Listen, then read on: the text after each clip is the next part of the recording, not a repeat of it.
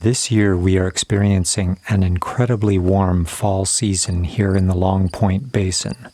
I noticed that the Miracle Sisters chestnut tree, which is loaded with countless small husks, has started dropping many sterile nuts, a full 2 weeks earlier than any year before. Although it seemed far too early in the season, I didn't want to miss any opportunity to find viable nuts. So I started scouring the area yesterday, and to my surprise, I found a viable nut today.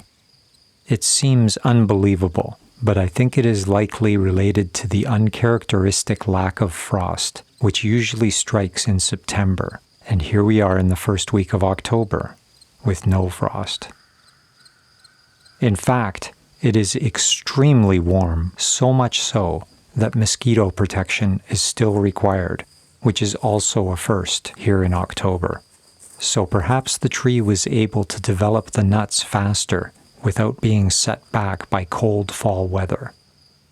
Speaking of developing nuts, I was a little concerned that maybe there wouldn't be any viable nuts this year without the grandmother chestnut tree, for although she checked out last year, she did produce a few blossoms, and I wondered if pollination could have happened before she called it quits so soon after producing those blossoms.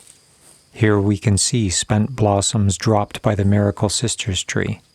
Seeing only tiny sterile husks fallen from the tree, I really didn't expect to find any viable nuts. But there must be large green husks opening extremely high overhead, obscured by the lush growth, starting to drop nuts. Hopefully, I will find many more viable nuts in the weeks to come.